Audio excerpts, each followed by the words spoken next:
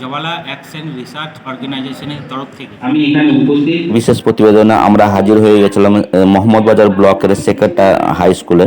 তো সেকেন্ডা high school থেকে আমরা আজকের বিশেষ প্রতিবেদন শুরু করছি। তো চলুন দেখে নেওয়া যাক বাল্যবিবাহ প্রতিরোধ বিষয়ে এক সচেতনতা শিবিরের আমরা পেয়ে গেছিলাম আইসিডিএস সুপারভাইজার রাসমণি মণ্ডল মহাশয়কে। তো আমরা শুনে নেব একটু। চেষ্টা করছি।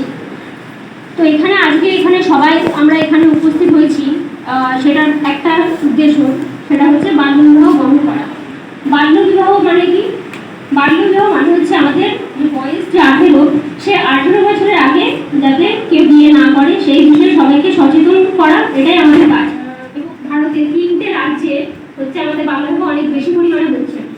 তার মধ্যে আমাদের পশ্চিমবঙ্গ অন্যতম। এবং পশ্চিমবঙ্গের মধ্যেও যদি বলতে যাই কোনো একটা পার্টিকুলার জেলা, সেটা হচ্ছে আমাদের বীরভূম। এবং বীরভূম সেলফ হেল্প গ্রুপ করলে কি লাভ, সেই বিষয়ে আলোচনা করছেন আমাদের গ্রাম সেবিকা ম্যাডামকে।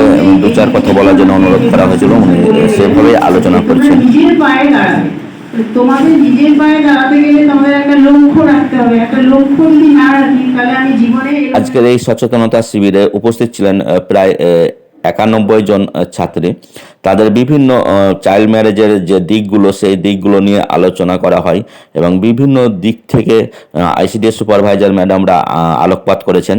আমরা তারও দু এক কথা শুনে নেব আমাদের আইসিডিএস সুপারভাইজার ম্যাডামের মুখ থেকে। বলতে পারি তোমরা সবটাই জানো, এমন নতুন কিছু আমরা বলছি না বা স্যার ম্যামরা বললেন না যেটা তোমরা জানো না।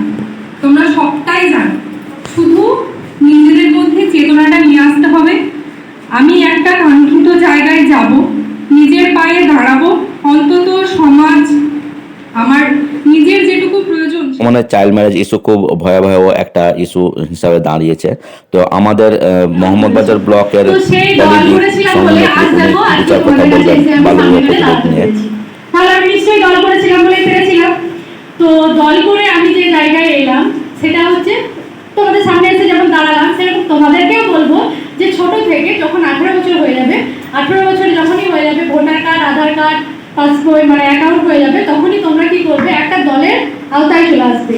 দলের আওতায় এলে তোমাদেরকে আমরা যেসব সুবিধাগুলো দিতে পারবো সেগুলো হচ্ছে তোমরা 6 মাসের মাথায় একটা ডিস্ট্রিক্ট থেকে বা স্টেট থেকে যেটাই বলবো, সেটা তোমরা হচ্ছে একটা ফান্ড পাবে 25,000 টাকা। 25,000 টাকার ফান্ডটা পেলে 6 মাসের মধ্যে ফান্ডটা পেয়ে যাওয়ার পর তারপর 1 বছরের মাথায় তোমরা 1.5 লাখ টাকা একটা লোন পাবে। লোনের পর লোনের সুবিধাটা পেলে এরকম ধাপে ধাপ হতে হতে তোমরা কিন্তু দলটাকে একটা বেশ হয়তো হয়ে গেছে। তোমার মারা বোধহয় দলে আছেন, মা, দিদি, বৌদি সবাই হয়তো দলে আছেন।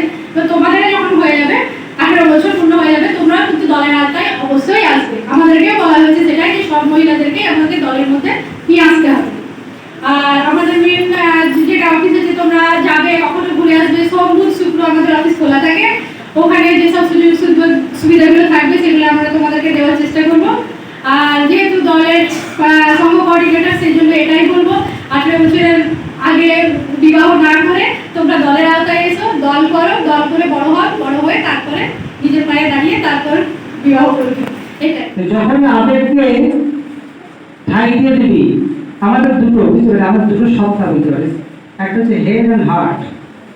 সবসময় হার্টের কথা শুনলে হবে না, হেডটাকে কাজে লাগাতে হবে। এই 18 বছরের বয়সে এই যে কিশোর জীবন, আমরা স্কুলের শিক্ষক মহাশয়দের কাছ থেকেও বাল্যবিবাহ প্রতিরোধ বিষয়ে 2-4 কথা শুনে নেব। ওনারা যেভাবে এগিয়ে এসেছেন বাল্যবিবাহ প্রতিরোধ বিষয়ে সত্যি প্রশংসনীয়। তো আমরা কিছু দৃশ্য আপনাদের তুলে ধরার চেষ্টা করছি। আমি বলি সেটা তো ব্লক বলতে পারবে, আমার কাছে তো কোনো ডকুমেন্টস নেই, না ব্লক বলছে বিবাহিত। আমি তো বিবাহিত হ্যাঁ কিংবা না বিবাহিত কিন্তু পড়াশোনা করে। বিবাহিত হওয়ার পরে পড়াশোনা করলেই যে টাকা পাবে সে কথা কোথাও বলা নেই। অবিবাহিত থাকা অবস্থাতে পড়াশোনা করতে হবে, তাহলেই কিন্তু 25,000 টাকা পাবে। তার আগে বিয়ে করলে কিন্তু কোনোরূপ কোনো টাকা পাওয়ার সম্ভাবনা নেই।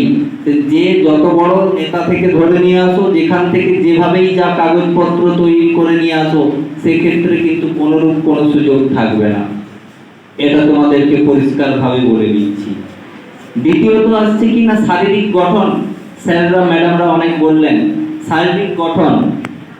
এক অপরিণত শিশুর জন্ম, যে কম বয়সে বিয়ে করেছি, বেশ করেছি, কি হবে না প্রথমত হবে আজকের অনুষ্ঠান সম্পর্কে আমরা হেডমাস্টার মশাইয়ের কাছ থেকে বিশেষভাবে একটু জেনে নেব কি হলো আজকের এই প্রোগ্রাম। বিদ্যালয়ের ভারপ্রাপ্ত প্রধান শিক্ষক জওয়ালা অ্যাকশন রিসার্চ অর্গানাইজেশনের তরফ থেকে একটা সচেতনামূলক শিবির অনুষ্ঠান করলাম, যেখানে প্রায় আমাদের 80-90 জন ছাত্রী উপস্থিত ছিল।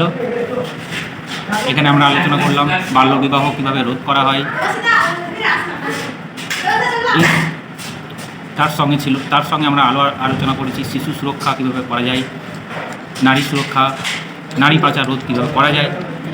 এই সমস্ত আলোচনা করার জন্য আমি ছিলাম, আমাদের স্কুলের অন্যান্য শিক্ষক মণ্ডলী ছিলেন, তার সঙ্গে আমাদের জওয়ালা অ্যাকশন রিসার্চ অর্গানাইজেশনের ব্লক কোঅর্ডিনেটর হৃদয়বাবু, ICDS সুপারভাইজার এবং ব্লকের তরফ থেকে গ্রাম সেবিকার 2 জন, সেলফ হেল্প গ্রুপ থেকে 1 জন ছিলেন, আমাদের মোহাম্মদবাজার পুলিশ স্টেশন একজন রিপ্রেজেন্টেটিভ ছিলেন। সমস্ত বিষয়টি নিয়ে প্রায় ঘন্টা দেড়েক আলোচনা হলো। পরবর্তী দিনে এই ধরনের সচেতনমূলক শিবির আরও করা হবে। আশা রাখছি এর রেজাল্ট ভালোই হবে। ধন্যবাদ।